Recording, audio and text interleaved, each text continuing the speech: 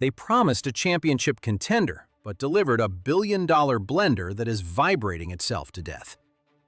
Fernando Alonso is living his worst nightmare all over again. They sold a masterpiece and paraded Lawrence Stroll in front of the cameras like a conquering king. They pointed at the enormous new factory and demanded respect while dragging Adrian Newey out to legitimize the entire operation. The team claimed 2026 was the exact year Aston Martin would finally conquer Formula One, through a heavily funded works partnership with Honda. That was the pitch everyone bought, but the current situation is a suffocating horror show. It is March 2026. The new engine regulations just took effect, and Aston Martin rolled out a car so fundamentally broken it makes the 2015 McLaren look like a highly tuned rocket ship. Back in 2015, Fernando Alonso screamed about a GP2 engine while his McLaren dropped thick black smoke all over the track. That was supposed to be a one-time disaster, yet it is happening again right now. Honda returned with huge promises and swore their hybrid systems were completely bulletproof, but those claims proved false. Aston Martin poured hundreds of millions of dollars into an aerodynamic concept that currently serves as a very expensive coffin for their championship hopes. Fernando Alonso is stuck right in the middle of it, experiencing the exact same nightmare he barely survived 11 years ago. This time, the situation is noticeably worse because it involves absolute systemic failure on a massive scale. The preseason testing data from Bahrain tells a clear story. Aston Martin showed up projecting arrogant confidence and claimed the car was completely fine. They blamed track conditions and minor sensor anomalies for the slow lap times, but the truth leaked out fast.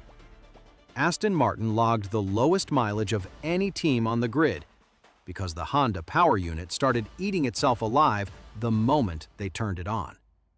The car suffered instant battery failures and complete system shutdowns, while the internal combustion engine refused to sync with the new hybrid components.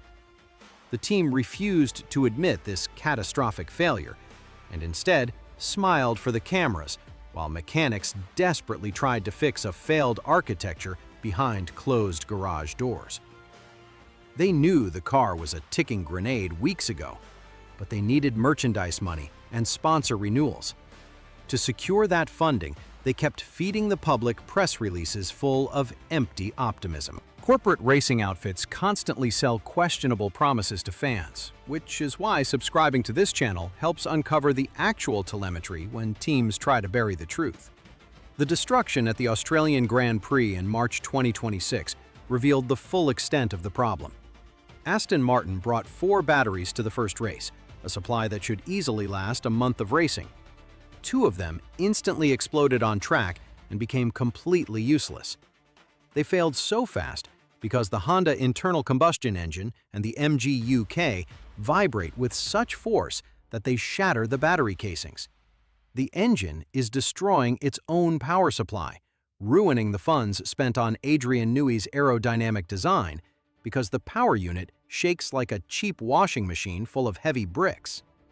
This forced the team to run the entire Melbourne weekend on just 2 functioning batteries, meaning one heavy curb strike would end their weekend instantly.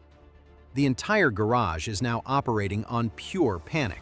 A broken battery is just wasted money, but the physical toll on the drivers crosses the line into gross negligence.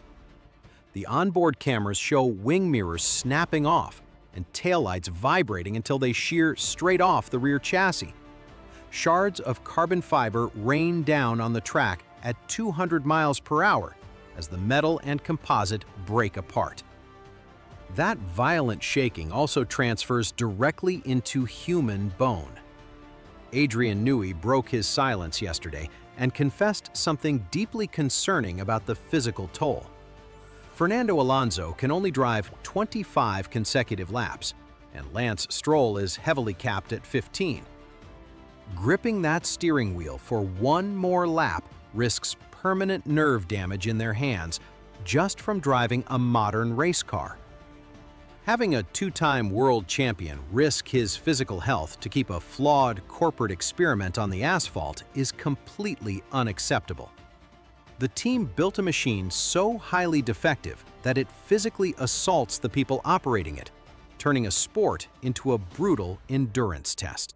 Honda currently has no solution to this crisis, as evidenced by Koji Watanabe stuttering under the bright lights at the latest press conference, without offering a concrete timeline for a functional fix. The team cannot even test the car properly because the excessive vibration breaks the testing sensors. The car is so severely broken, it destroys the exact diagnostic equipment designed to figure out why it is failing. This leaves Adrian Newey entirely handcuffed, since designing the best aerodynamics means nothing if the engine forces drivers to pit because they cannot feel their fingers. Honda trapped Aston Martin, and Aston Martin trapped Fernando Alonso. He chased the 2026 rule change hoping for a third world championship, but instead signed a multi-year contract to relive the darkest days of his McLaren stint. Every time he hits the throttle, the harsh reality of 2015 rattles through the chassis. The entire paddock recognizes that the championship dream is already dead on arrival. For the loyal fan who bought expensive tickets and team merchandise, this situation represents the most costly implosion in modern sports history playing out live. Lawrence Stroll poured his personal wealth into this team to achieve dominance and bought the best personnel available. But the plan failed because a working engine requires more than just funding. Honda now faces a harsh timeline with locked regulations and a strictly enforced budget cap across the grid. Designing a brand new internal combustion unit overnight is impossible, leaving them stuck with this flawed power unit for the entire 2026 season. Every single race will become an exhausting exercise in survival rather than actual competition. The internal blame game will likely turn vicious, with Aston Martin engineers leaking telemetry data to damage Honda's reputation, while Honda blames the aggressive chassis packaging. The media will distribute endless press statements about building for the future and overcoming early challenges, but the reality is much bleaker. The team gambled everything on a manufacturer that previously cracked under the pressure of new regulations, ignoring glaring historical warnings. The mistakes of 2015 never left the sport. They simply changed colors for a new era. The funds are burned, the drivers are battered, and the truth is finally out in the open. If watching this corporate disaster unfold frustrated you, like and subscribe for more straightforward racing analysis.